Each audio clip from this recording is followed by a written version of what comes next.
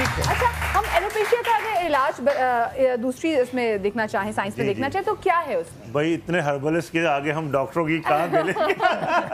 لیکن بات یہ ہے کہ ایڈوانسمنٹ ہے, لوگوں کو فوری ریزلٹس چاہیے, ایڈوانسمنٹ ہے, ٹریٹمنٹس ہیں اور ٹریٹمنٹ سے ہی ریزلٹس ملتے ہیں. میرا جو خیال ہے, آپ لوگوں کو اگر کئی نہ ہو, دیکھیں ہم مسئلہ یہ ہوتا ہے کہ میں تھرو آؤٹ پاکستان جا رہا ہوں, تقریباً 8-10 شہر جا رہا ہوں, وہاں لوگ دیکھ بھی رہے ہیں. میں ہر ہربلسٹ سے بھی کہتا ہوں, ڈاکٹر سے بھی کہتا ہوں, میں بھی کوشش کرتا ہوں کہ آپ بیماری ضرور بتائیے کہ یہ جو چیز آپ بنا رہے ہیں کون سی بالوں کی بیماری میں ہوتی ہے, کیوں بالوں کی بیماری لائن ہوتی ہے. کیپٹس ہے, ایلوپیشیا ایریٹا ہے, اینڈروجینک ایلوپیشیا ہے, ایک بیماری ہے اینڈروجینک ایلوپیشیا, اس میں آئل سیکریٹ ہو رہا ہے ہمارے سکیلپ سے. اب ہم اس میں آئل لگوائیں گے تو نقصان ہو جائے گا. میں کوئی ڈسکریج یا کوئی غلط بات نہیں, لیکن اس میں کیونکہ نیچرلی اس میں ہمارے ہارمونل پرابلم ہی ہوتی ہے, جینیٹکلی اینڈروجن لیول بڑھ جاتا ہے کہ آئل سیکریٹ ہو رہا ہوتا ہے سکیلپ سے, تو ہم اس میں کوئی بھی چیز آئل کی لگوائیں گے تو اس کو نقصان ہوگا. ورنہ ساری دنیا کے گنجے جو ہیں ان کے سر پہ بال آ جائیں اگر سارے تیل لگ رہا. اسی لیے سلمان خان کیوں بیچارہ ابھی تک اپنی سرجریز کرا رہا ہے, یا ہیئر پیسز ہیں, ہیئر ریپلیسمنٹس ہیں, P R P is wonderful, D H T is wonderful.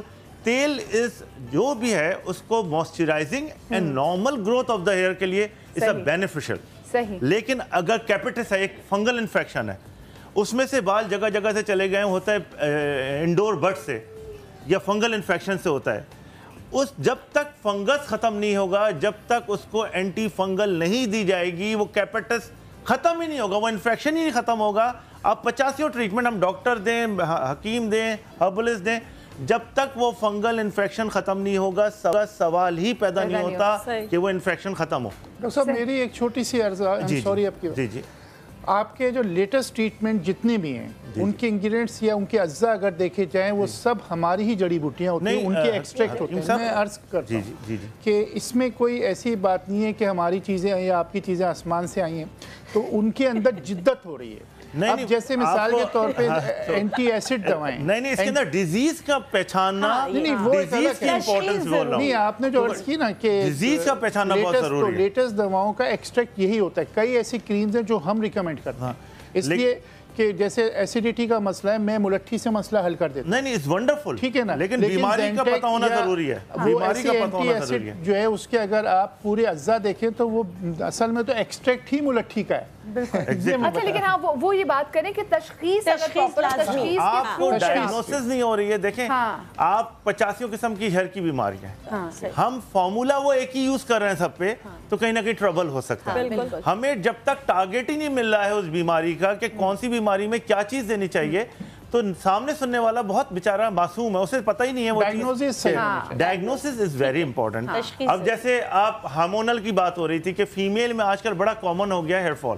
Through out the Pakistan, کیا throughout the world hair fall ہو رہا ہے, ماتھے چوڑے ہوتے جا رہے ہیں. پہلے آج سے 20-25 سال پہلے یہ پرابلم نہیں تھی, اب کیوں ہے؟ دس از hormonal problem. Female working who گئی ہے, صبح بھاگتی ہے جاب پہ, اس کے ساتھ بہت ساری وہی پریشانیاں شروع ہو گئی ہیں جو مرد کے ساتھ تھیں, تو اس کا اینڈروجن لیول بڑھ گیا ہے. جب اینڈروجن لیول بڑھ گیا تو وہی ہیئر فال شروع ہو گیا ہے, میل پیٹرن اینڈروجینک ایلوپیشیا, مرد کی طرح بال گرنے شروع ہو گئے. ایک اور بات آپ کی بات کاٹ رہی ہے, جیسے بال گریں چہرے پہ بال بھی بنا. حکیم صاحب پہلے اگر دیکھا جائے تو مجھے نہیں یاد پڑتا کہ اپنی نانیوں پہ اتنے موٹے موٹے بال. یہ بھی ہارمون کا جیسے ڈاکٹر صاحب کہہ رہے ہیں کہ تشخیص اگر صحیح ہونا تو انوانٹیڈ ہیئرز جو ہیں وہ ابھی ہم نے کئی اس کے ٹریٹمنٹ تو ہم بتا دیتے ہیں, لیکن اس کے ریزنز فاروقی بھائی جو بتا رہے ہیں, وہ جو سن رہا ہے اسے نہیں معلوم ہے بیچارے, ریزنز معلوم ہے. یہ اس وجہ سے ہو رہا ہے, تمہارے ہارمونیکل سسٹم جو ہے وہ ان بیلنس ہیں.